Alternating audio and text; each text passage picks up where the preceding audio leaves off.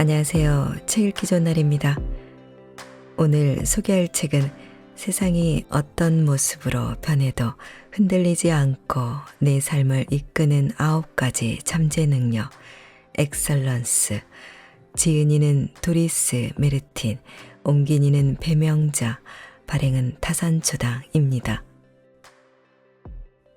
우리는 사상 초유의 바이러스가 들이닥치고 인공지능과 빅데이터가 세상을 바꾸기 시작한 후 방대한 지식이나 타고난 지능만으로는 달라진 세상에 대처할 수 없다는 것을 깨달았습니다.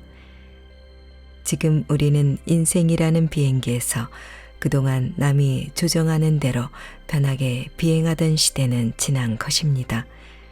시시각각으로 변하는 세상에서 삶의 조정대를 직접 쥐고 인생의 항로와 고도를 결정하고 달라진 상황에 능숙하게 대처하는 사람만이 원하는 곳에 도착할 것입니다.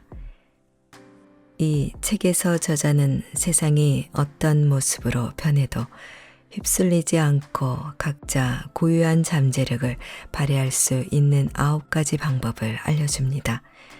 열린 마음, 자기 성찰, 공감, 의지, 리더십, 평정심, 민첩성, 웰빙, 공명인데요. 이 근원적 능력들은 누구나 이미 가지고 있으며 깨닫고 실천하기만 한다면 끝없이 발전시킬 수 있는 것들입니다. 이 능력들을 제대로 이해하고 체계화한다면 어디로든 갈 수 있을 것입니다. 이를 저자는 탁월함의 기적이라고 말합니다. 주부이든 학생이든 사회 초년생이든 리더이든 모든 것이 급변하는 세상에서는 탁월함을 지닌 자만이 계속해서 살아남을 수 있습니다. 이 책은 이제 승객의 자리에서 벗어나 직접 인생의 조정대를 잡고 내 삶을 주도적으로 비행할 수 있는 방법을 알려주고 있습니다. 자, 그럼 지금부터 잠시 책 속으로 들어가 보겠습니다. 오늘도 책 읽기 좋은 날과 함께 즐거운 시간 되세요. 구독, 좋아요, 알림 설정은 사랑입니다.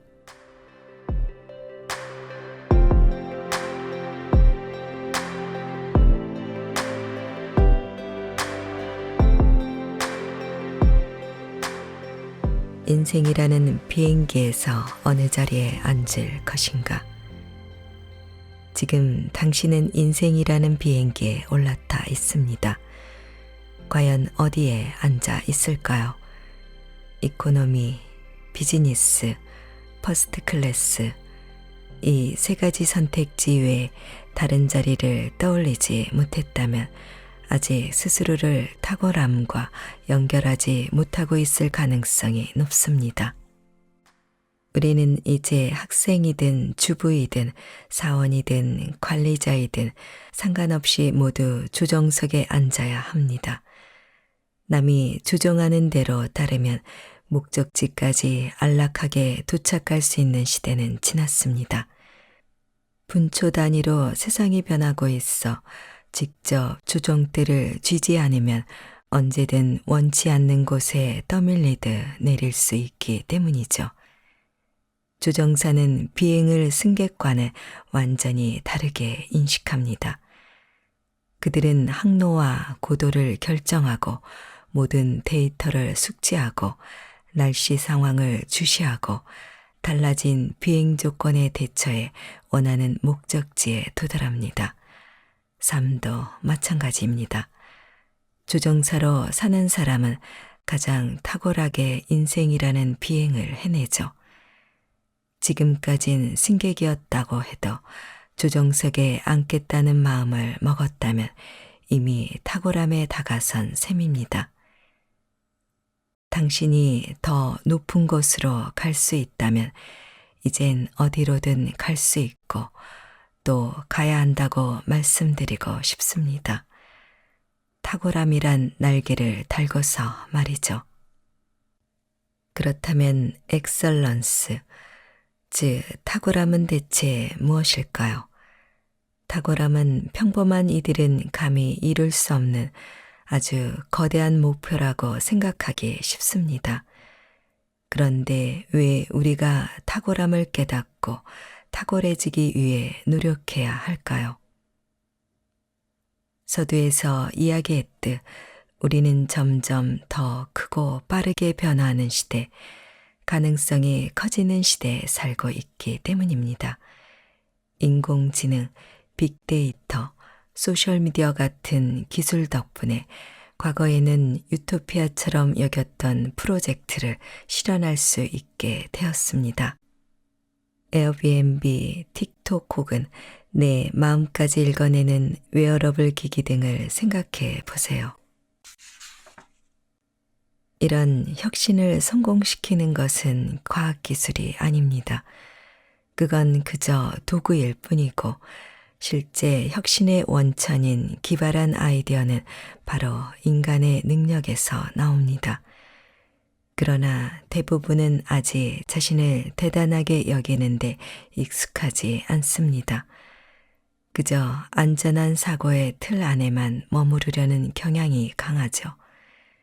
앞서 언급했듯이 탁월함은 특출난 소수에게만 허락된 것이라 여기기 때문입니다. 하지만 그렇지 않습니다. 우리는 모두 더 탁월해지고 더 많은 잠재력을 발휘할 수 있습니다. 열린 마음, 성찰, 공감 등의 9가지 능력을 갖추고 발현한다면 말이죠.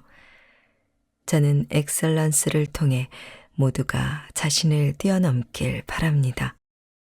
그래서 더 호기심 많고, 더 민첩하고, 더 유연하고, 더 끈기 있고, 더 우수한 리더와 동료가 될 수 있는 방법들을 정리했습니다. 탁월함이 무엇인지 아는 것은 정말로 중요한 일입니다. 탁월함을 깨닫고 이를 체화하는 것이 바로 포스트 코로나 시대가 던진 변화에 유연하게 대처하고 도전을 멋지게 극복하는 길입니다. 만약 당신이 과연 나도 평범함을 넘어 탁월해질 수 있을까라는 질문을 품고 있다면 이 책의 마지막 장을 덮을 땐 반드시 그렇다고 대답하게 될 것입니다. 이것이 바로 탁월함의 기적입니다. 아주 멀리 있는 것처럼 보여도 사실은 아주 가까이 있죠. 우리는 모든 일, 모든 영역에서 탁월함을 실현할 수 있습니다. 이제 자신의 한계를 넘어설 시간입니다. 열린 마음, 호기심은 초능력을 발휘하게 한다.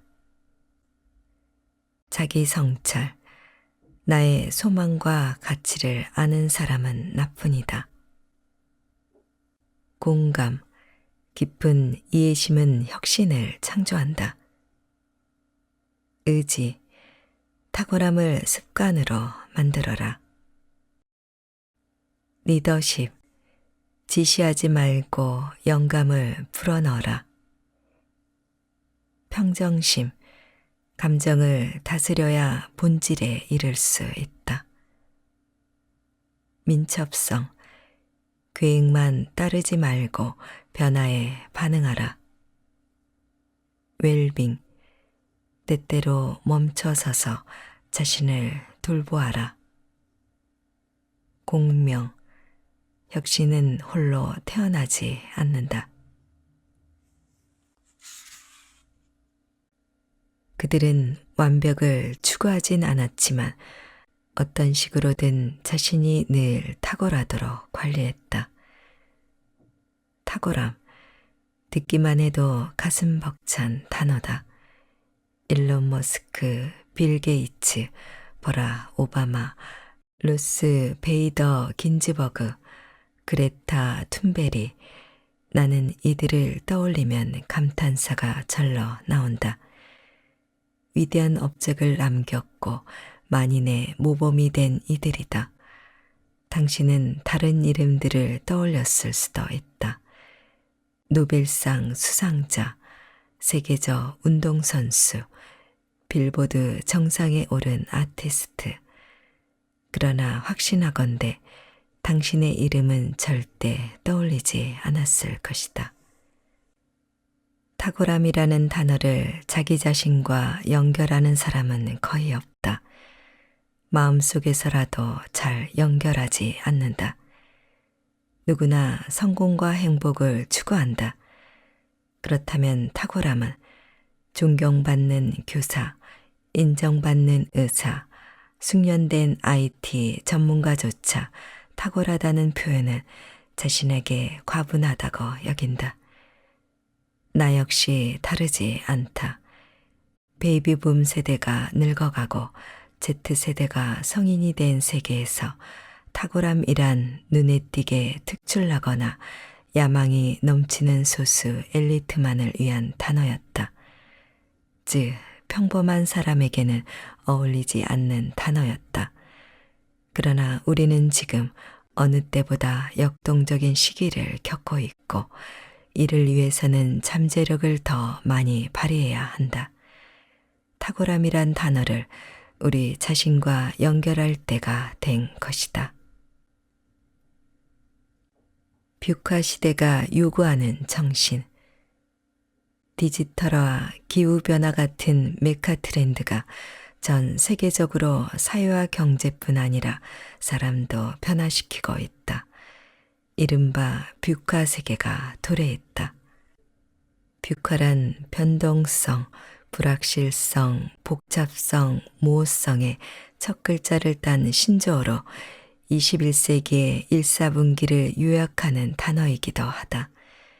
코로나 팬데믹 이전에 이미 드러났듯이 익숙하고 안정적인 삶은 모든 영역에서 한계에 부딪혔다. 수십 년 넘게 통했던 가치와 지식의 유효기간은 끝났고 새로운 관점과 가능성이 곳곳에서 등장했다. 과학기술이 점점 더 삶을 지배하고 있다. 얼마 전까지 유토피아처럼 보였던 일들이 현실에서 실현되고 있다. 이런 메가 트렌드가 어떤 변화를 가져올지는 불확실하지만 한 가지는 확실하다. 산업 역사상 가장 큰 4차 산업혁명이 삶의 규칙을 송두리째 바꿀 것이다.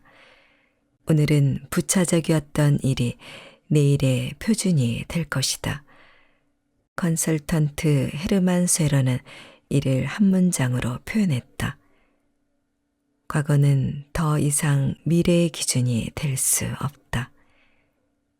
기본적인 틀이 너무 빨리 바뀌고 있다. 엄격한 서열 체계, 표준화된 솔루션 같은 낡은 방식의 전성기는 끝났다. 인공지능과 자동화 기술이 우리 자리를 점점 더 많이 빼앗아 갈수록 우리는 감성, 사회성, 윤리적 판단 능력 같은 자신만의 고유한 능력을 더 많이 발달시켜야 한다. 지금까지는 소수에게만 필요했던 탁월함이 이제 모든 차원에서 더 많은 사람에게 필요해졌다. 평범함을 넘어서는 법. 미국 경제학자 리처드 플로리다는 자신의 역할을 통해 가치를 인정받는 30%의 사람들을 지식 노동자로 분류했다. 그들은 지시에 따라 일하지 않고 전문 분야에서 지성과 창조성을 발휘한다. 중간 계층에 이를수록 노동 환경은 더 매력적으로 바뀌고 업무가 더 의미 있어지며 할 일을 스스로 결정하는 경우가 많아진다. 즉, 전문성이 서열보다 더 중시된다. 그러나 많은 사람을 위한 발달이란 훨씬 더 많은 직원이 자신이 맡은 작은 업무만이 아니라 전체 업무의 책임감을 느껴야 한다는 뜻이기도 하다. 자기 분야에서 탁월함에 도달하려는 욕구가 강할수록 이 과제를 잘 해낸다. 추락했다가 다시 우뚝 일어선 세계적 골프 스타 타이거 우즈는 이런 마음가짐을 다음과 같이 설명한다. 완벽함 따위는 없다. 불완전한 인간이 어떻게 완벽해질 수 있단 말인가. 그러나 나는 늘 작업에서 탁월함을 실현할 수 있다고 믿고 실제로 실현하려 애쓴다. 언제나 완벽한 스윙을 하는 완벽한 골퍼가 될 수 없음을 안다. 나는 내가 할 수 있는 최선을 끌어내고자 할 뿐이다. 내게는 그것이 직업적 탁월함이다. 보통의 생각과 달리 탁월함은 완벽함이나 큰 성공을 의미하지 않는다. 탁월함이란 오늘의 상태를 뛰어넘어 더 성장하려 노력하는 것이다. 탁월함은 상태가 아니라 노력이다. 탁월함은 자신을 뛰어넘어 성장하고 자신의 가능성과 삶의 질을 점점 더 최정상에 가깝게 하려는 의지에서 생긴다. 이런 개념 정의에 따르면 이미 크게 성공을 했든 이제 막 열의를 갖고 출발선에 섰든 탁월함은 모두에게 열려 있다.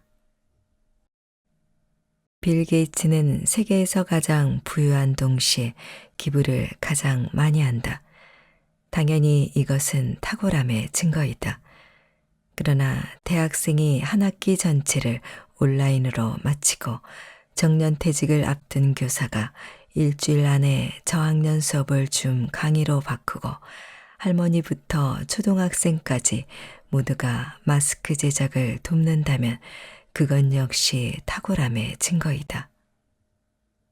그러니까 탁월함은 거대한 일로만 실현되는 게 아니다.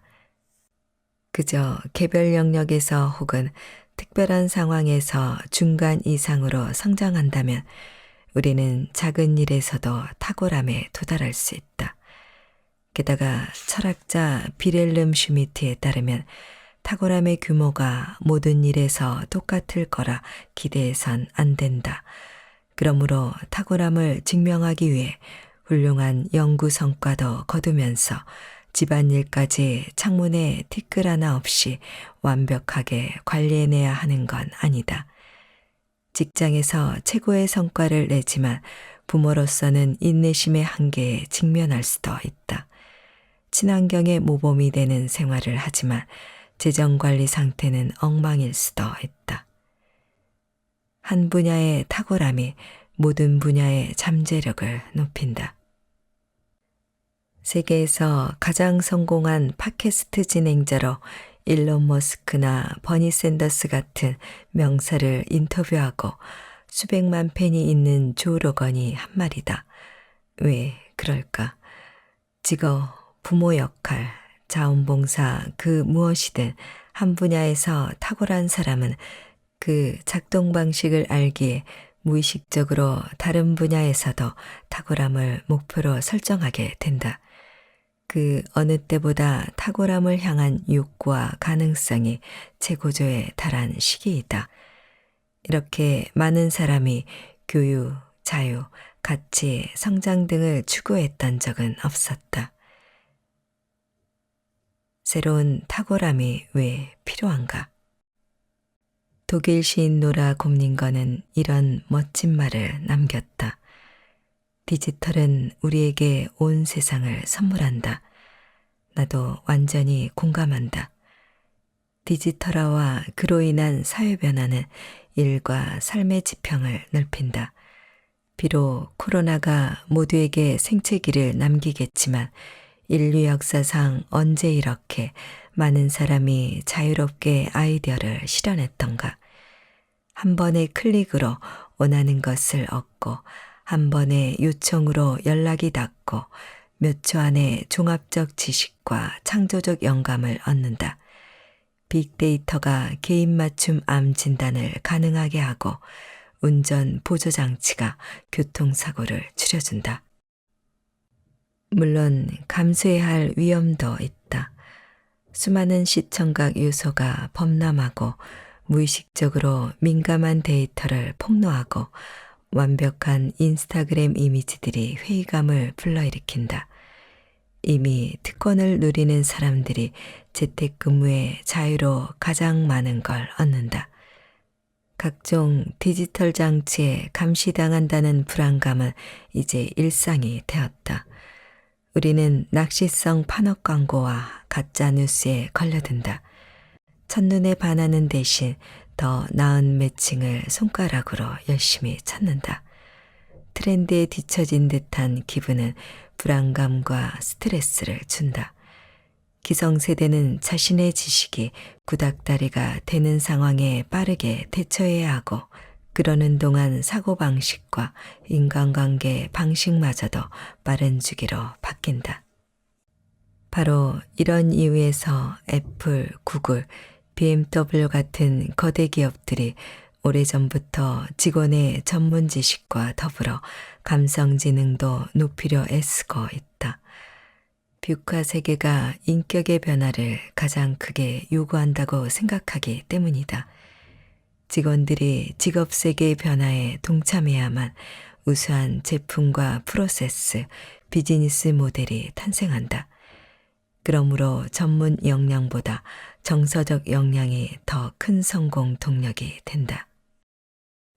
소수의 유명 기업이 이를 먼저 깨달았지만 아직 제대로 실현하지 못하고 있다.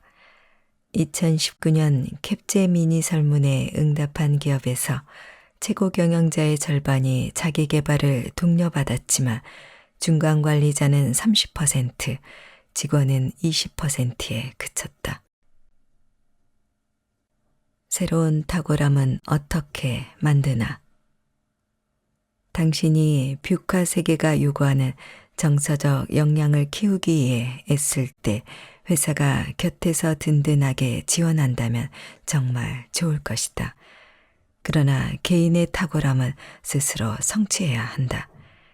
제 아무리 부모를 잘 만났고 재능이 많더라도 탁월함 유전자는 존재하지 않는다. 태어날 때부터 탁월한 사람도 없다. 그렇다면 어떻게 해야 탁월함에 도달할 수 있을까?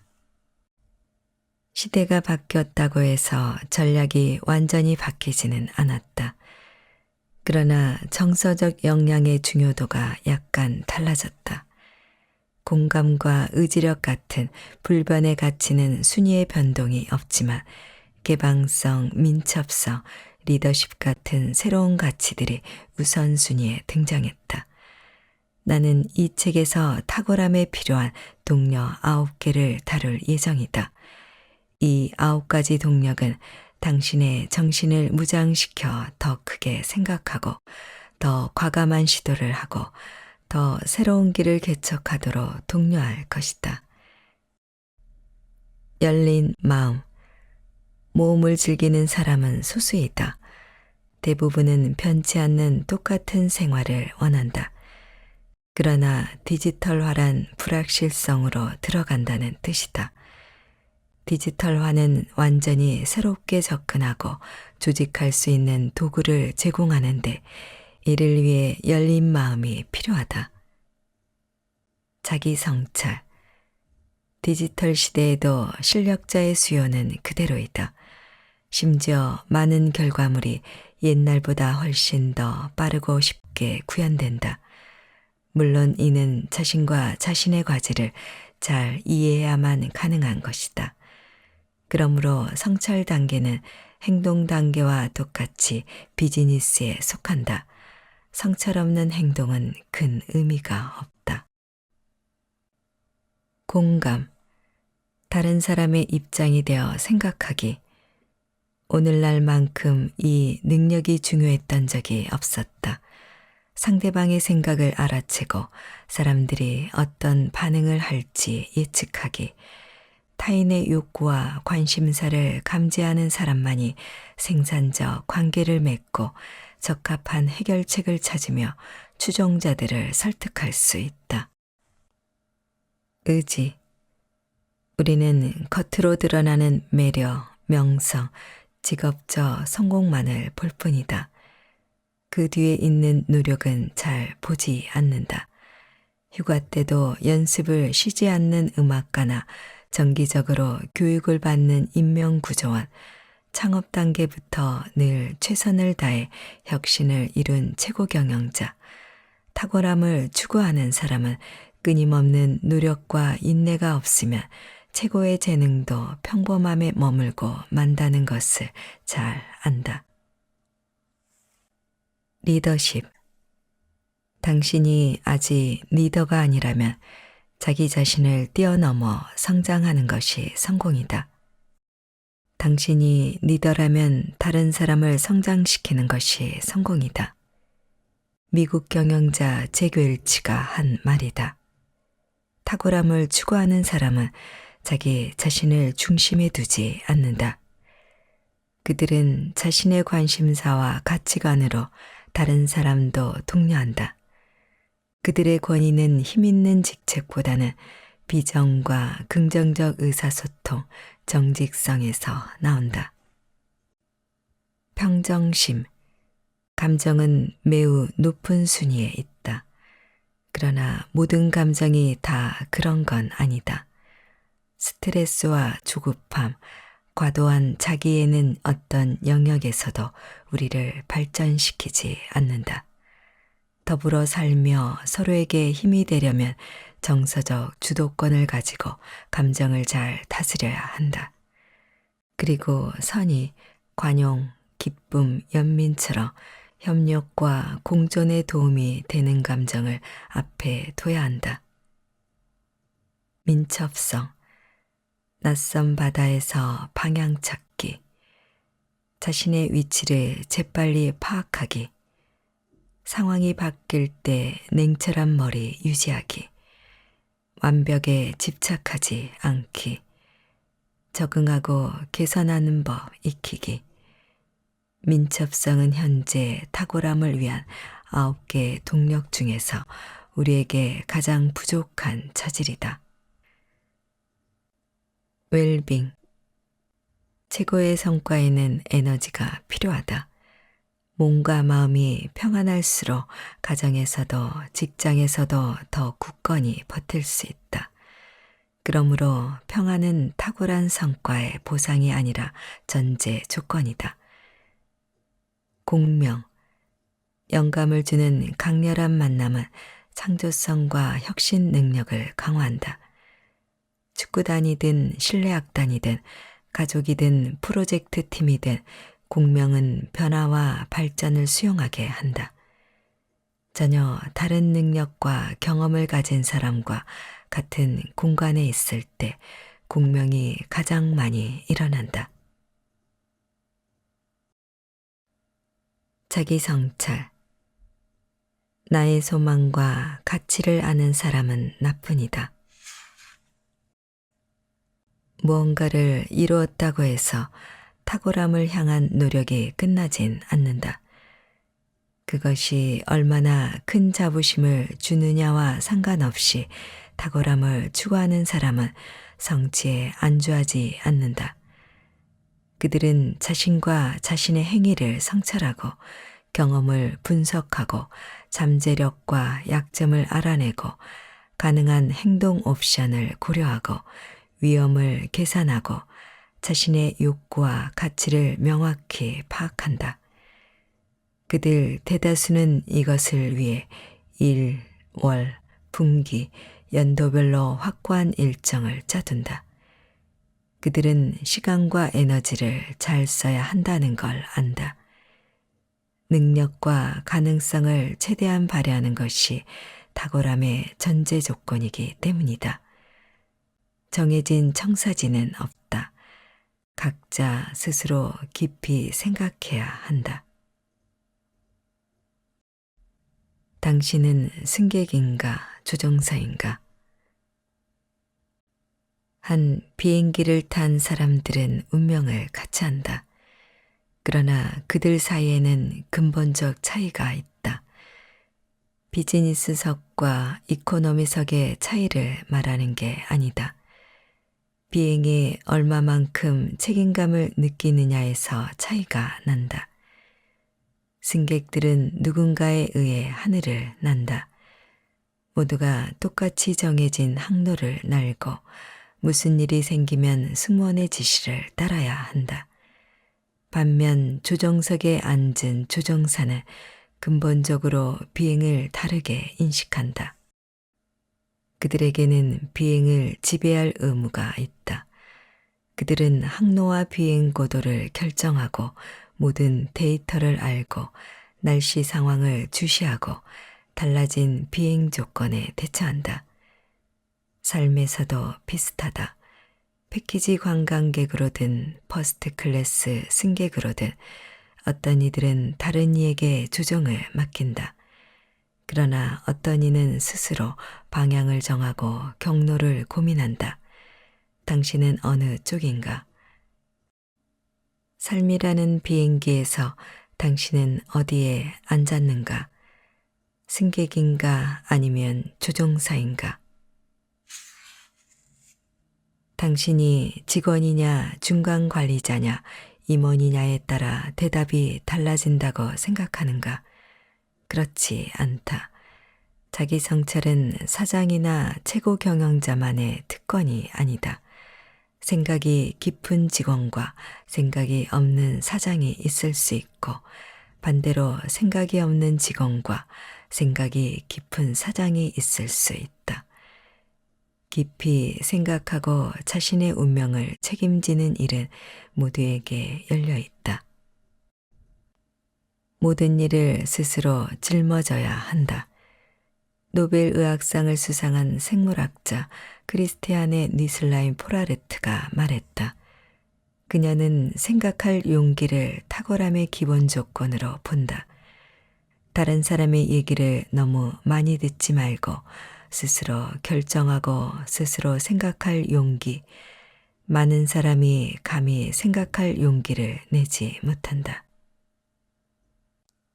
자기 성찰은 자기 메모리나 과몰입과는 전혀 상관없다. 또한 무조건적인 긍정사고와 자신을 응원하는 파이팅 고함과도 다르다. 자기 성찰은 드러나지 않게 우리를 보통 이상으로 발전시키는 길로 안내한다. 미넨 비즈니스 스쿨의 스포츠 경영 교수 토트 다베이가 말한다. 각자의 활동 혹은 능력의 질은 자기 성찰을 통해 개선될 수 있다. 그러므로 탁월함을 추구하는 사람은 자기 성찰을 의지와 능력 사이의 간격을 점차 줄여나가는 구체적이고 현실적인 가능성으로 평가한다. 나는 그것을 원하나?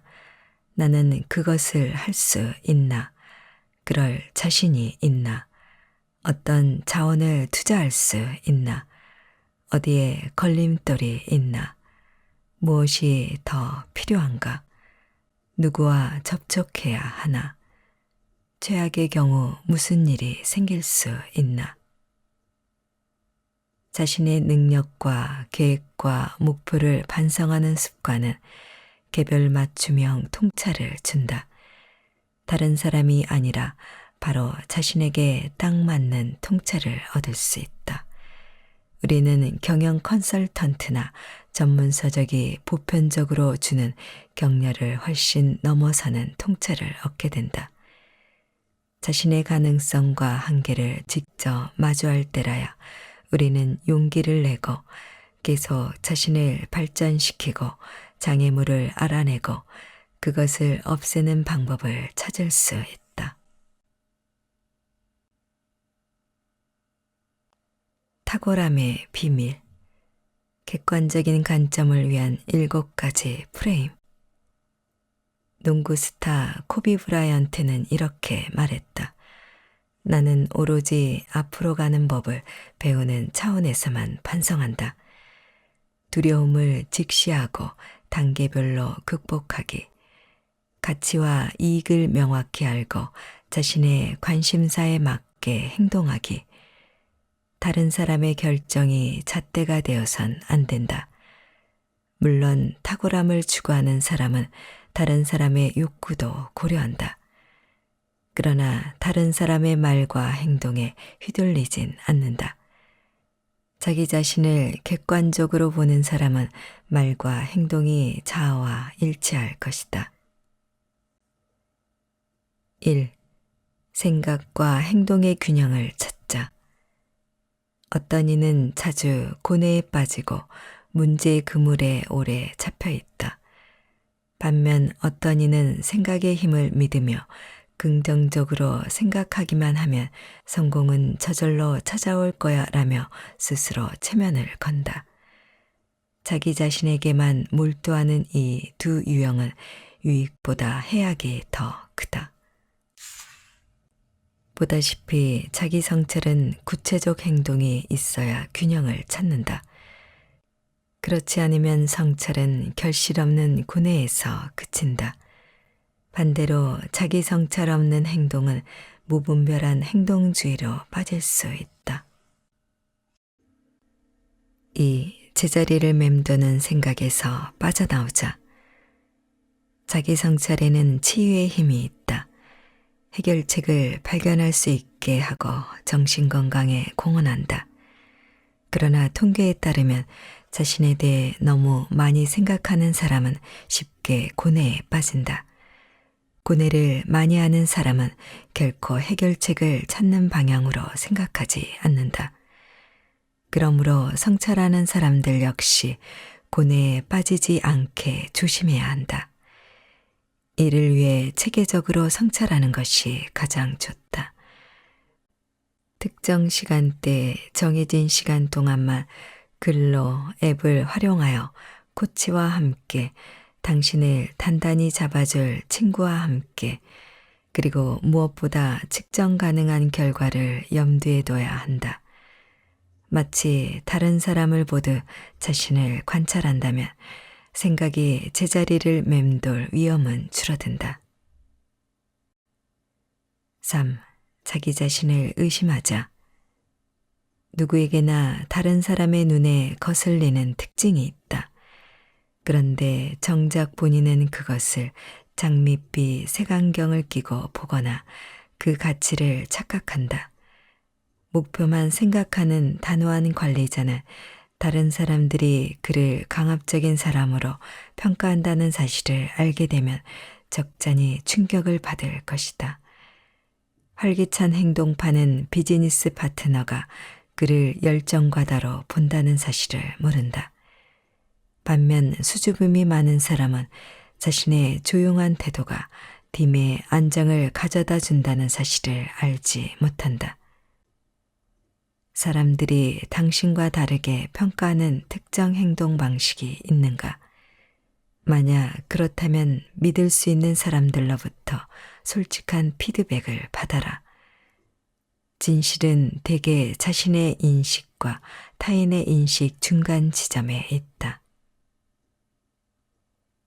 4. 우선순위를 정하고 그에 따라 살자.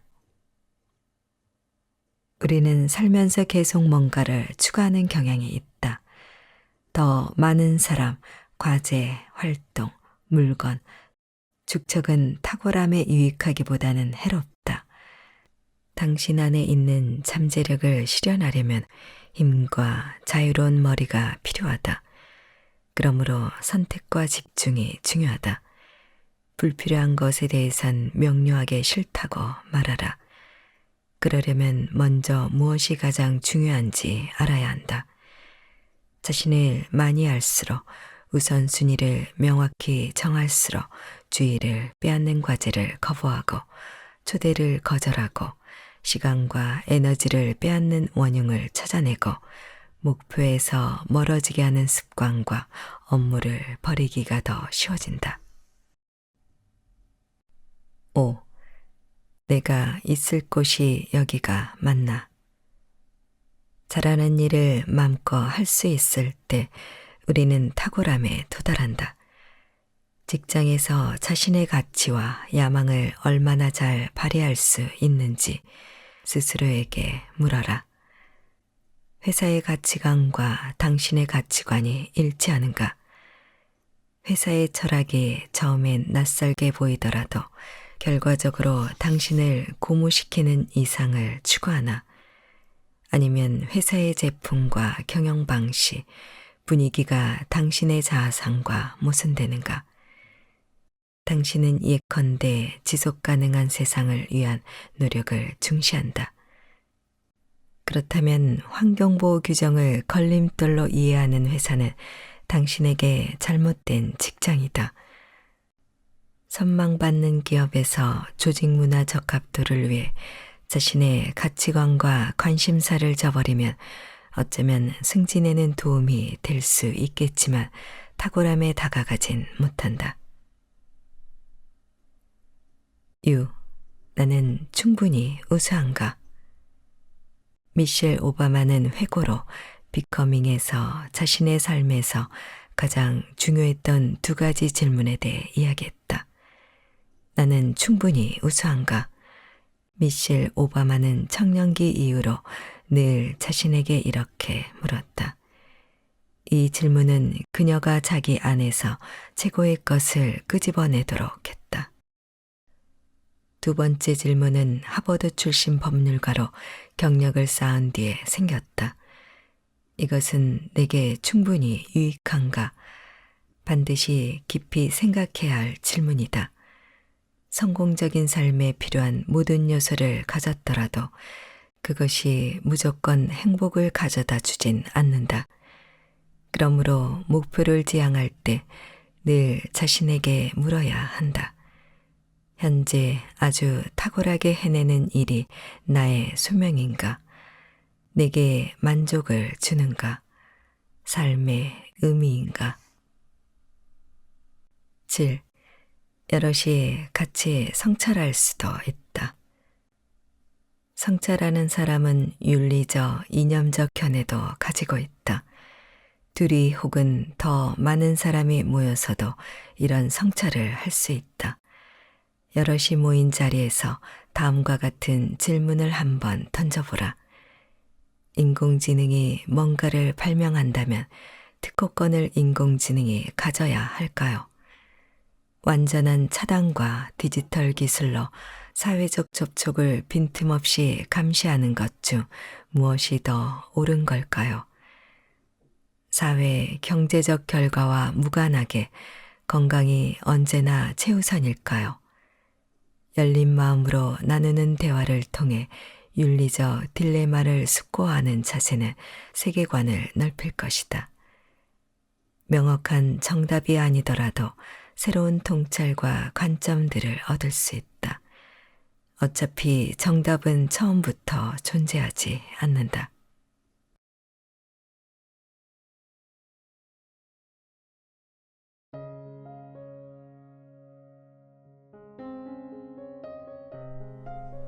지금부터 한 번 더 읽어드리겠습니다. 편안한 시간 되세요.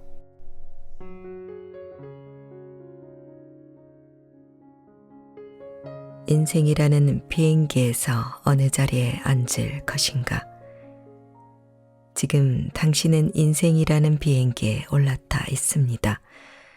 과연 어디에 앉아 있을까요?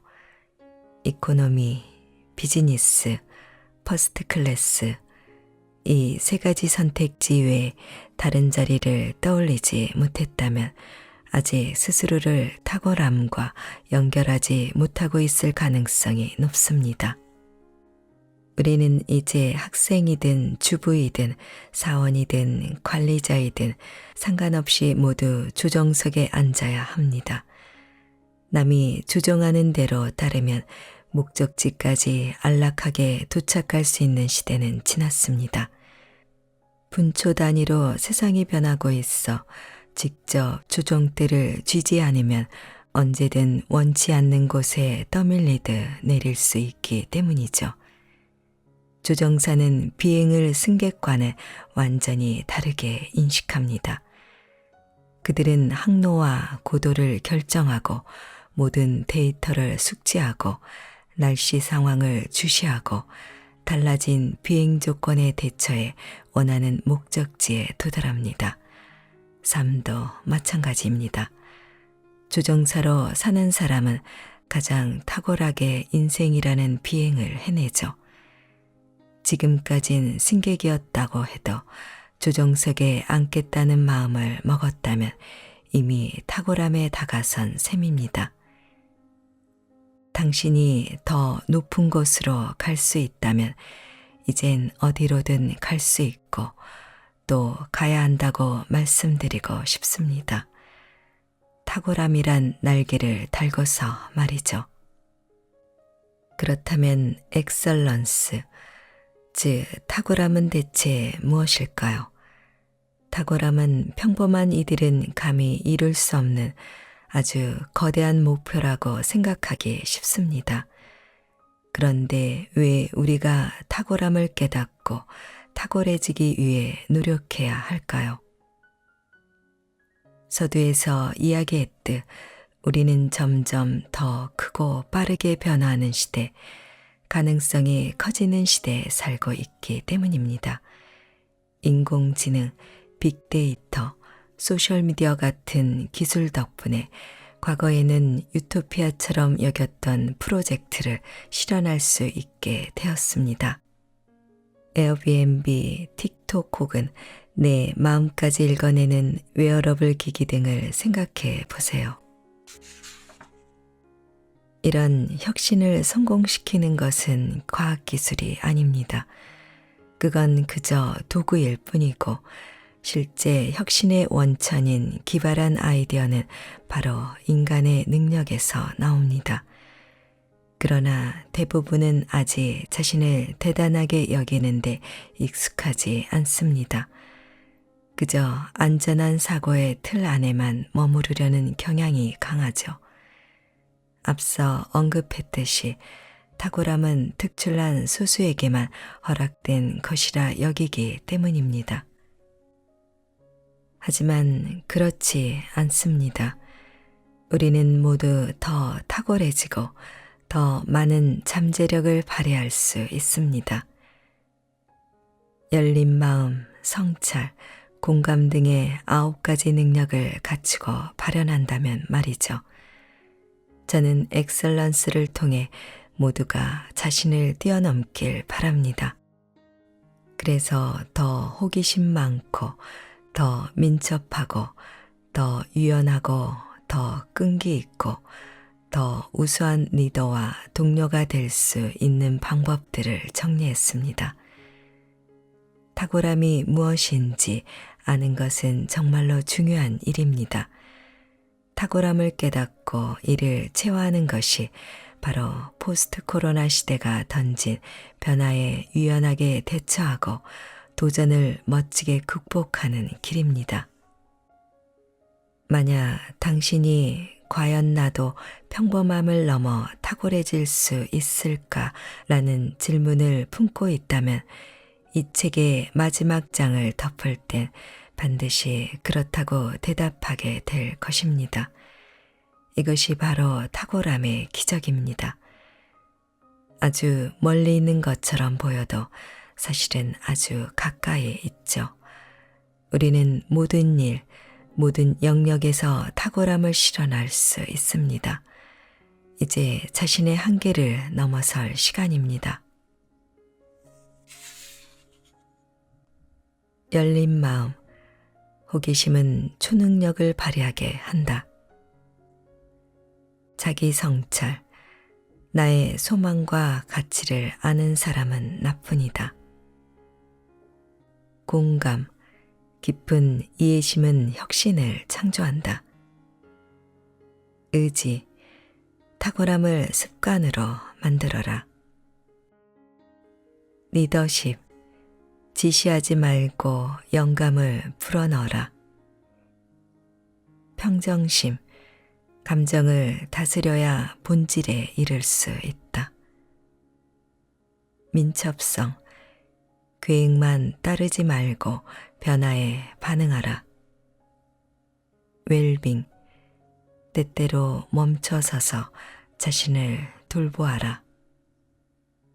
공명, 혁신은 홀로 태어나지 않는다. 그들은 완벽을 추구하진 않았지만 어떤 식으로든 자신이 늘 탁월하도록 관리했다. 탁월함, 듣기만 해도 가슴 벅찬 단어다. 일론 머스크, 빌 게이츠, 버락 오바마, 루스 베이더 긴즈버그, 그레타 툰베리. 나는 이들을 떠올리면 감탄사가 절러 나온다. 위대한 업적을 남겼고 만인의 모범이 된 이들이다. 당신은 다른 이름들을 떠올렸을 수도 있다. 노벨상 수상자, 세계적 운동선수, 빌보드 정상에 오른 아티스트. 그러나 확신하건대 당신의 이름은 절대 떠올리지 않았을 것이다. 탁월함이라는 단어를 자기 자신과 연결하는 사람은 거의 없다. 마음속에서라도 잘 연결하지 않는다. 누구나 성공과 행복을 추구한다. 그렇다면 탁월함은 존경받는 교사, 인정받는 의사, 숙련된 IT 전문가조차 탁월하다는 표현은 자신에게 과분하다고 여긴다. 나 역시 다르지 않다. 베이비붐 세대가 늙어가고 Z세대가 성인이 된 세계에서 탁월함이란 눈에 띄게 특출나거나 야망이 넘치는 소수 엘리트만을 위한 단어였다. 즉, 평범한 사람에게는 어울리지 않는 단어였다. 그러나 우리는 지금 어느 때보다 역동적인 시기를 겪고 있고 이를 위해서는 잠재력을 더 많이 발휘해야 한다. 탁월함이란 단어를 우리 자신과 연결할 때가 된 것이다. 뷰카 시대가 요구하는 정신. 디지털화, 기후변화 같은 메카 트렌드가 전 세계적으로 사회와 경제뿐 아니라 사람도 변화시키고 있다. 이른바 뷰카 세계가 도래했다. 뷰카란 변동성, 불확실성, 복잡성, 모호성의 첫 글자를 딴 신조어로 21세기의 1사분기를 요약하는 단어이기도 하다. 코로나 팬데믹 이전에 이미 드러났듯이 익숙하고 안정적인 삶은 모든 영역에서 한계에 부딪혔다. 수십 년 넘게 통했던 가치와 지식의 유효기간은 끝났고 새로운 관점과 가능성이 곳곳에서 등장했다. 과학기술이 점점 더 삶을 지배하고 있다. 얼마 전까지 유토피아처럼 보였던 일들이 현실에서 실현되고 있다. 이런 메카 트렌드가 어떤 변화를 가져올지는 불확실하지만 한 가지는 확실하다. 산업 역사상 가장 큰 4차 산업혁명이 삶의 규칙을 송두리째 바꿀 것이다. 오늘은 부차적이었던 일이 내일의 표준이 될 것이다. 컨설턴트 헤르만 쇠러는 이를 한 문장으로 표현했다. 과거는 더 이상 미래의 기준이 될 수 없다. 기본적인 틀이 너무 빨리 바뀌고 있다. 엄격한 서열체계, 표준화된 솔루션 같은 낡은 방식의 전성기는 끝났다. 인공지능과 자동화 기술이 우리 자리를 점점 더 많이 빼앗아 갈수록 우리는 감성, 사회성, 윤리적 판단 능력 같은 자신만의 고유한 능력을 더 많이 발달시켜야 한다. 지금까지는 소수에게만 필요했던 탁월함이 이제 모든 차원에서 더 많은 사람에게 필요해졌다. 평범함을 넘어서는 법. 미국 경제학자 리처드 플로리다는 자신의 역할을 통해 가치를 인정받는 30%의 사람들을 지식 노동자로 분류했다. 그들은 지시에 따라 일하지 않고 전문 분야에서 지성과 창조성을 발휘한다. 중간 계층에 이를수록 노동 환경은 더 매력적으로 바뀌고 업무가 더 의미 있어지며 할 일을 스스로 결정하는 경우가 많아진다. 즉, 전문성이 서열보다 더 중시된다. 그러나 많은 사람을 위한 발달이란 훨씬 더 많은 직원이 자신이 맡은 작은 업무만이 아니라 전체 업무의 책임감을 느껴야 한다는 뜻이기도 하다. 자기 분야에서 탁월함에 도달하려는 욕구가 강할수록 이 과제를 잘 해낸다. 추락했다가 다시 우뚝 일어선 세계적 골프 스타 타이거 우즈는 이런 마음가짐을 다음과 같이 설명한다. 완벽함 따위는 없다. 불완전한 인간이 어떻게 완벽해질 수 있단 말인가. 그러나 나는 늘 작업에서 탁월함을 실현할 수 있다고 믿고 실제로 실현하려 애쓴다. 언제나 완벽한 스윙을 하는 완벽한 골퍼가 될 수 없음을 안다. 나는 내가 할 수 있는 최선을 끌어내고자 할 뿐이다. 내게는 그것이 직업적 탁월함이다. 보통의 생각과 달리 탁월함은 완벽함이나 큰 성공을 의미하지 않는다. 탁월함이란 오늘의 상태를 뛰어넘어 더 성장하려 노력하는 것이다. 탁월함은 상태가 아니라 노력이다. 탁월함은 자신을 뛰어넘어 성장하고 자신의 가능성과 삶의 질을 점점 더 최정상에 가깝게 하려는 의지에서 생긴다. 이런 개념 정의에 따르면 이미 크게 성공을 했든 이제 막 열의를 갖고 출발선에 섰든 탁월함은 모두에게 열려 있다. 빌 게이츠는 세계에서 가장 부유한 동시에 기부를 가장 많이 한다. 당연히 이것은 탁월함의 증거이다. 그러나 대학생이 한 학기 전체를 온라인으로 마치고 정년퇴직을 앞둔 교사가 일주일 안에 저학년 수업을 줌 강의로 바꾸고 할머니부터 초등학생까지 모두가 마스크 제작을 돕는다면 그건 역시 탁월함의 증거이다. 그러니까 탁월함은 거대한 일로만 실현되는 게 아니다. 그저 개별 영역에서 혹은 특별한 상황에서 중간 이상으로 성장한다면 우리는 작은 일에서도 탁월함에 도달할 수 있다. 게다가 철학자 비렐름 슈미트에 따르면 탁월함의 규모가 모든 일에서 똑같을 거라 기대해선 안 된다. 그러므로 탁월함을 증명하기 위해 훌륭한 연구 성과도 거두면서 집안일까지 창문에 티끌 하나 없이 완벽하게 관리해내야 하는 건 아니다. 직장에서 최고의 성과를 내지만 부모로서는 인내심의 한계에 직면할 수도 있다. 친환경의 모범이 되는 생활을 하지만 재정관리 상태는 엉망일 수도 있다. 한 분야의 탁월함이 모든 분야의 잠재력을 높인다. 세계에서 가장 성공한 팟캐스트 진행자로 일론 머스크나 버니 샌더스 같은 명사를 인터뷰하고 수백만 팬이 있는 조 로건이 한 말이다. 왜 그럴까? 직업, 부모 역할, 자원봉사 그 무엇이든 한 분야에서 탁월한 사람은 그 작동 방식을 알기에 무의식적으로 다른 분야에서도 탁월함을 목표로 설정하게 된다.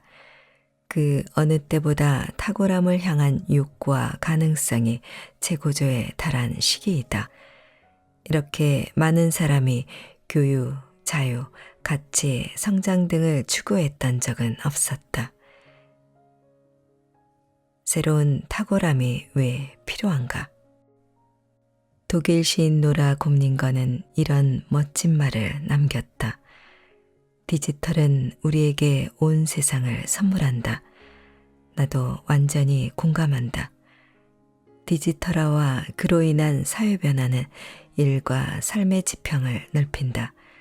비록 코로나가 모두에게 생채기를 남기겠지만 인류 역사상 언제 이렇게 많은 사람이 자유롭게 아이디어를 실현했던가.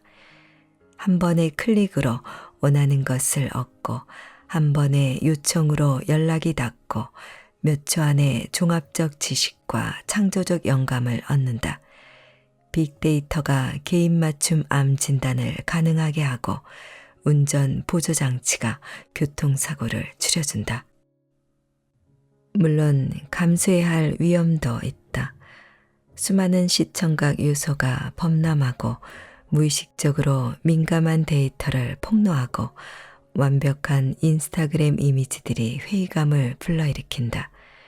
이미 특권을 누리는 사람들이 재택근무의 자유로 가장 많은 걸 얻는다. 각종 디지털 장치에 감시당한다는 불안감은 이제 일상이 되었다. 우리는 낚시성 판업 광고와 가짜 뉴스에 걸려든다. 첫눈에 반하는 대신 더 나은 매칭을 손가락으로 열심히 찾는다. 트렌드에 뒤처진 듯한 기분은 불안감과 스트레스를 준다. 기성세대는 자신의 지식이 구닥다리가 되는 상황에 빠르게 대처해야 하고 그러는 동안 사고방식과 인간관계 방식마저도 빠른 주기로 바뀐다. 바로 이런 이유에서 애플, 구글, BMW 같은 거대 기업들이 오래전부터 직원의 전문 지식과 더불어 감성지능도 높이려 애쓰고 있다. 뷰카 세계가 인격의 변화를 가장 크게 요구한다고 생각하기 때문이다. 직원들이 직업 세계의 변화에 동참해야만 우수한 제품과 프로세스, 비즈니스 모델이 탄생한다. 그러므로 전문 역량보다 정서적 역량이 더 큰 성공 동력이 된다. 소수의 유명 기업이 이를 먼저 깨달았지만 아직 제대로 실현하지 못하고 있다. 2019년 캡제미니 설문에 응답한 기업에서 최고 경영자의 절반이 자기 개발을 독려받았지만 중간 관리자는 30%, 직원은 20%에 그쳤다. 새로운 탁월함은 어떻게 만드나? 당신이 뷰카 세계가 요구하는 정서적 역량을 키우기 위해 애쓸 때 회사가 곁에서 든든하게 지원한다면 정말 좋을 것이다. 그러나 개인의 탁월함은 스스로 성취해야 한다. 제 아무리 부모를 잘 만났고 재능이 많더라도 탁월함 유전자는 존재하지 않는다. 태어날 때부터 탁월한 사람도 없다. 그렇다면 어떻게 해야 탁월함에 도달할 수 있을까? 시대가 바뀌었다고 해서 전략이 완전히 바뀌지는 않았다. 그러나 정서적 역량의 중요도가 약간 달라졌다. 공감과 의지력 같은 불변의 가치는 순위의 변동이 없지만 개방성, 민첩성, 리더십 같은 새로운 가치들이 우선순위에 등장했다. 나는 이 책에서 탁월함에 필요한 동력 9개를 다룰 예정이다. 이 9가지 동력은 당신의 정신을 무장시켜 더 크게 생각하고 더 과감한 시도를 하고 더 새로운 길을 개척하도록 독려할 것이다. 열린 마음. 모험을 즐기는 사람은 소수이다. 대부분은 변치 않는 똑같은 생활을 원한다. 그러나 디지털화란 불확실성으로 들어간다는 뜻이다. 디지털화는 완전히 새롭게 접근하고 조직할 수 있는 도구를 제공하는데 이를 위해 열린 마음이 필요하다. 자기 성찰. 디지털 시대에도 실력자의 수요는 그대로이다. 심지어 많은 결과물이 옛날보다 훨씬 더 빠르고 쉽게 구현된다.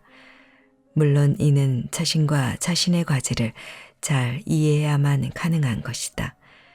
그러므로 성찰 단계는 행동 단계와 똑같이 비즈니스에 속한다. 성찰 없는 행동은 큰 의미가 없다. 공감. 다른 사람의 입장이 되어 생각하기.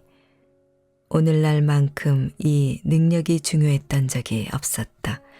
상대방의 생각을 알아채고 사람들이 어떤 반응을 할지 예측하기, 타인의 욕구와 관심사를 감지하는 사람만이 생산적 관계를 맺고 적합한 해결책을 찾으며 추종자들을 설득할 수 있다. 의지. 우리는 겉으로 드러나는 매력, 명성, 직업적 성공만을 볼 뿐이다. 그 뒤에 있는 노력은 잘 보지 않는다. 휴가 때도 연습을 쉬지 않는 음악가나 정기적으로 교육을 받는 인명구조원, 창업 단계부터 늘 최선을 다해 혁신을 이룬 최고 경영자, 탁월함을 추구하는 사람은 끊임없는 노력과 인내가 없으면 최고의 재능도 평범함에 머물고 만다는 것을 잘 안다. 리더십. 당신이 아직 리더가 아니라면 자기 자신을 뛰어넘어 성장하는 것이 성공이다. 당신이 리더라면 다른 사람을 성장시키는 것이 성공이다. 미국 경영자 잭 웰치가 한 말이다. 탁월함을 추구하는 사람은 자기 자신을 중심에 두지 않는다. 그들은 자신의 관심사와 가치관으로 다른 사람도 독려한다. 그들의 권위는 힘있는 직책보다는 비전과 긍정적 의사소통, 정직성에서 나온다. 평정심. 감정은 매우 높은 순위에 있다. 그러나 모든 감정이 다 그런 건 아니다. 스트레스와 조급함, 과도한 자기애는 어떤 영역에서도 우리를 발전시키지 않는다. 더불어 살며 서로에게 힘이 되려면 정서적 주도권을 가지고 감정을 잘 다스려야 한다. 그리고 선의, 관용, 기쁨, 연민처럼 협력과 공존에 도움이 되는 감정을 앞에 둬야 한다. 민첩성. 낯선 바다에서 방향 찾기, 자신의 위치를 재빨리 파악하기, 상황이 바뀔 때 냉철한 머리 유지하기, 완벽에 집착하지 않기, 적응하고 개선하는 법 익히기. 민첩성은 현재 탁월함을 위한 9개 동력 중에서 우리에게 가장 부족한 차질이다. 웰빙. 최고의 성과에는 에너지가 필요하다. 몸과 마음이 평안할수록 가정에서도 직장에서도 더 굳건히 버틸 수 있다. 그러므로 평안은 탁월한 성과의 보상이 아니라 전제 조건이다. 공명. 영감을 주는 강렬한 만남은 창조성과 혁신 능력을 강화한다. 축구단이든 실내악단이든 가족이든 프로젝트 팀이든 공명은 변화와 발전을 수용하게 한다. 전혀 다른 능력과 경험을 가진 사람과 같은 공간에 있을 때 공명이 가장 많이 일어난다. 자기 성찰. 나의 소망과 가치를 아는 사람은 나뿐이다. 무언가를 이루었다고 해서 탁월함을 향한 노력이 끝나진 않는다. 그것이 얼마나 큰 자부심을 주느냐와 상관없이 탁월함을 추구하는 사람은 성취에 안주하지 않는다.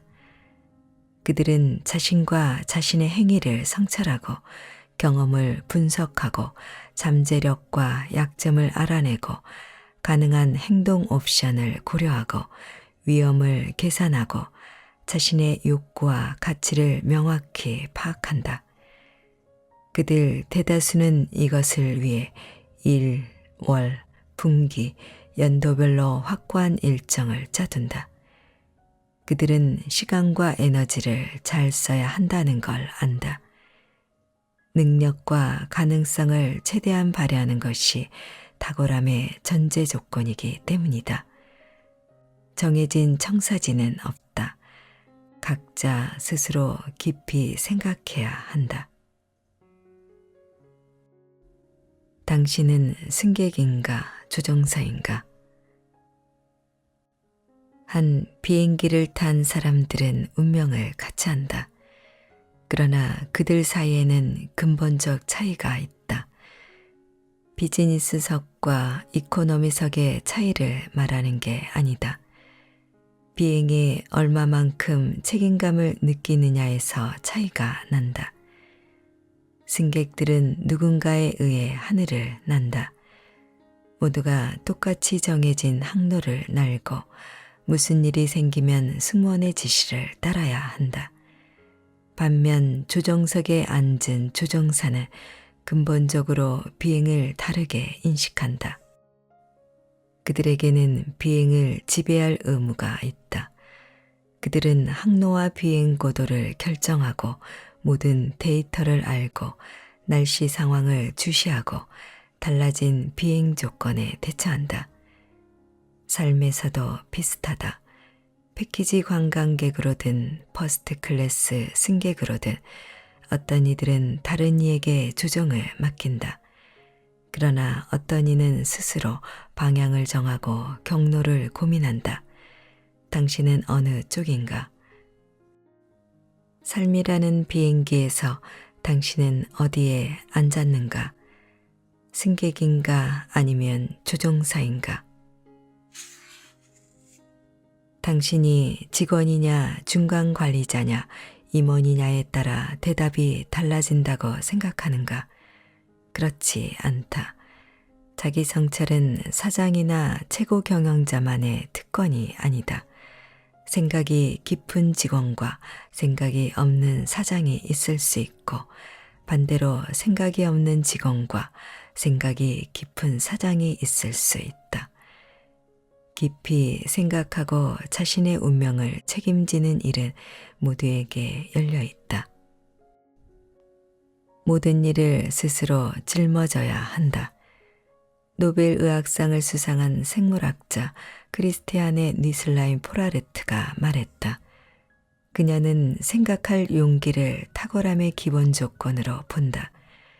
다른 사람의 얘기를 너무 많이 듣지 말고 스스로 결정하고 스스로 생각할 용기, 많은 사람이 감히 생각할 용기를 내지 못한다.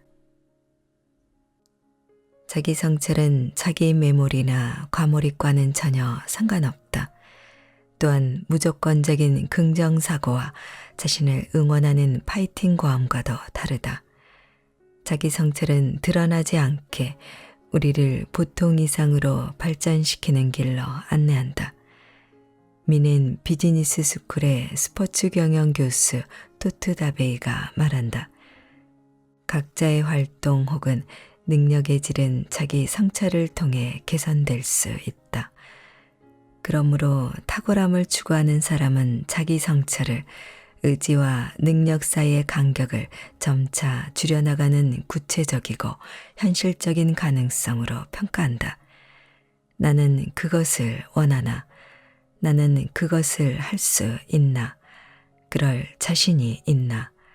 어떤 자원을 투자할 수 있나? 어디에 걸림돌이 있나? 무엇이 더 필요한가? 누구와 접촉해야 하나? 최악의 경우 무슨 일이 생길 수 있나?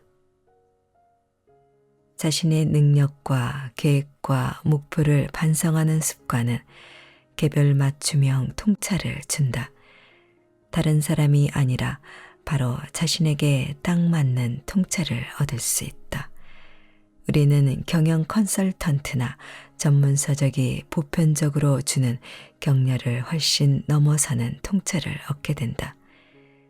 자신의 가능성과 한계를 직접 마주할 때라야 우리는 용기를 내고 계속 자신을 발전시키고 장애물을 알아내고 그것을 없애는 방법을 찾을 수 있다.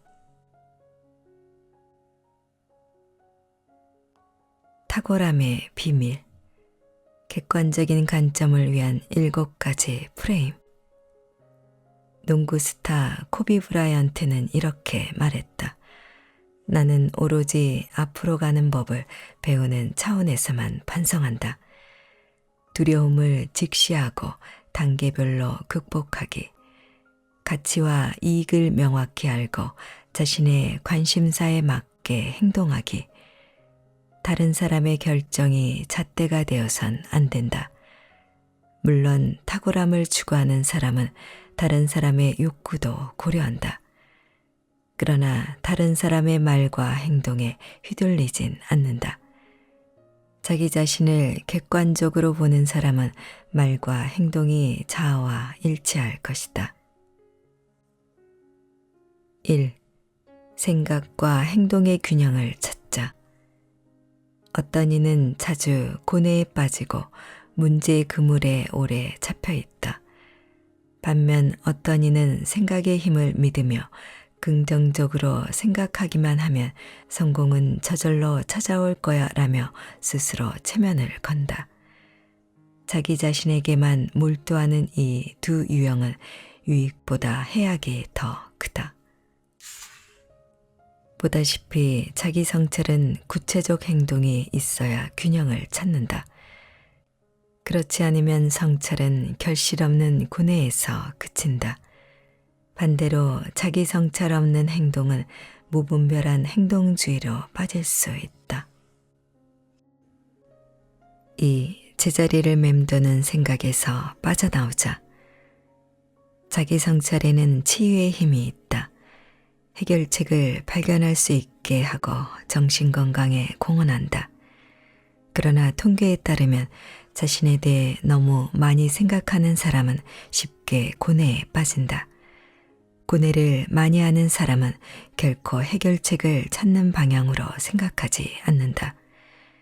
그러므로 성찰하는 사람들 역시 고뇌에 빠지지 않게 조심해야 한다. 이를 위해 체계적으로 성찰하는 것이 가장 좋다. 특정 시간대 정해진 시간 동안만 글로 앱을 활용하여 코치와 함께 당신을 단단히 잡아줄 친구와 함께 그리고 무엇보다 측정 가능한 결과를 염두에 둬야 한다. 마치 다른 사람을 보듯 자신을 관찰한다면 생각이 제자리를 맴돌 위험은 줄어든다. 3. 자기 자신을 의심하자. 누구에게나 다른 사람의 눈에 거슬리는 특징이 있다. 그런데 정작 본인은 그것을 장밋빛 색안경을 끼고 보거나 그 가치를 착각한다. 목표만 생각하는 단호한 관리자는 다른 사람들이 그를 강압적인 사람으로 평가한다는 사실을 알게 되면 적잖이 충격을 받을 것이다. 활기찬 행동파는 비즈니스 파트너가 그를 열정과다로 본다는 사실을 모른다. 반면 수줍음이 많은 사람은 자신의 조용한 태도가 팀의 안정을 가져다 준다는 사실을 알지 못한다. 사람들이 당신과 다르게 평가하는 특정 행동 방식이 있는가? 만약 그렇다면 믿을 수 있는 사람들로부터 솔직한 피드백을 받아라. 진실은 대개 자신의 인식과 타인의 인식 중간 지점에 있다. 4. 우선순위를 정하고 그에 따라 살자. 우리는 살면서 계속 뭔가를 추구하는 경향이 있다. 더 많은 사람, 과제, 활동, 물건, 축적은 탁월함에 유익하기보다는 해롭다.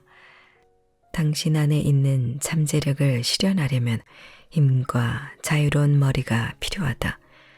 그러므로 선택과 집중이 중요하다. 불필요한 것에 대해선 명료하게 싫다고 말하라. 그러려면 먼저 무엇이 가장 중요한지 알아야 한다. 자신을 많이 알수록 우선순위를 명확히 정할수록 주의를 빼앗는 과제를 거부하고 초대를 거절하고 시간과 에너지를 빼앗는 원흉을 찾아내고 목표에서 멀어지게 하는 습관과 업무를 버리기가 더 쉬워진다. 5. 내가 있을 곳이 여기가 맞나? 잘하는 일을 마음껏 할 수 있을 때 우리는 탁월함에 도달한다. 직장에서 자신의 가치와 야망을 얼마나 잘 발휘할 수 있는지 스스로에게 물어라. 회사의 가치관과 당신의 가치관이 일치하는가? 회사의 철학이 처음엔 낯설게 보이더라도 결과적으로 당신을 고무시키는 이상을 추구하나? 아니면 회사의 제품과 경영 방식, 분위기가 당신의 자아상과 모순되는가? 당신은 예컨대 지속 가능한 세상을 위한 노력을 중시한다. 그렇다면 환경보호 규정을 걸림돌로 이해하는 회사는 당신에게 잘못된 직장이다. 선망받는 기업에서 조직 문화 적합도를 위해 자신의 가치관과 관심사를 저버리면 어쩌면 승진에는 도움이 될 수 있겠지만 탁월함에 다가가진 못한다. 나는 충분히 우수한가? 미셸 오바마는 회고로 비커밍에서 자신의 삶에서 가장 중요했던 두 가지 질문에 대해 이야기했다. 나는 충분히 우수한가? 미셸 오바마는 청년기 이후로 늘 자신에게 이렇게 물었다. 이 질문은 그녀가 자기 안에서 최고의 것을 끄집어내도록 했다.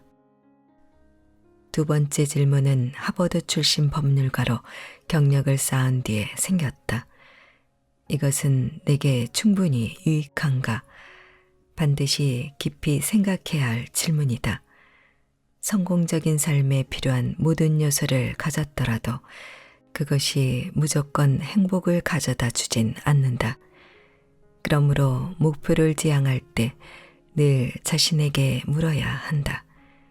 현재 아주 탁월하게 해내는 일이 나의 소명인가? 내게 만족을 주는가? 삶의 의미인가? 7. 여럿이 같이 성찰할 수도 있다. 성찰하는 사람은 윤리적, 이념적 견해도 가지고 있다. 둘이 혹은 더 많은 사람이 모여서도 이런 성찰을 할 수 있다. 여럿이 모인 자리에서 다음과 같은 질문을 한번 던져보라. 인공지능이 뭔가를 발명한다면 특허권을 인공지능이 가져야 할까요? 완전한 차단과 디지털 기술로 사회적 접촉을 빈틈없이 감시하는 것 중 무엇이 더 옳은 걸까요? 사회, 경제적 결과와 무관하게 건강이 언제나 최우선일까요? 열린 마음으로 나누는 대화를 통해 윤리적 딜레마를 숙고하는 자세는 세계관을 넓힐 것이다. 명확한 정답이 아니더라도 새로운 통찰과 관점들을 얻을 수 있다. 어차피 정답은 처음부터 존재하지 않는다.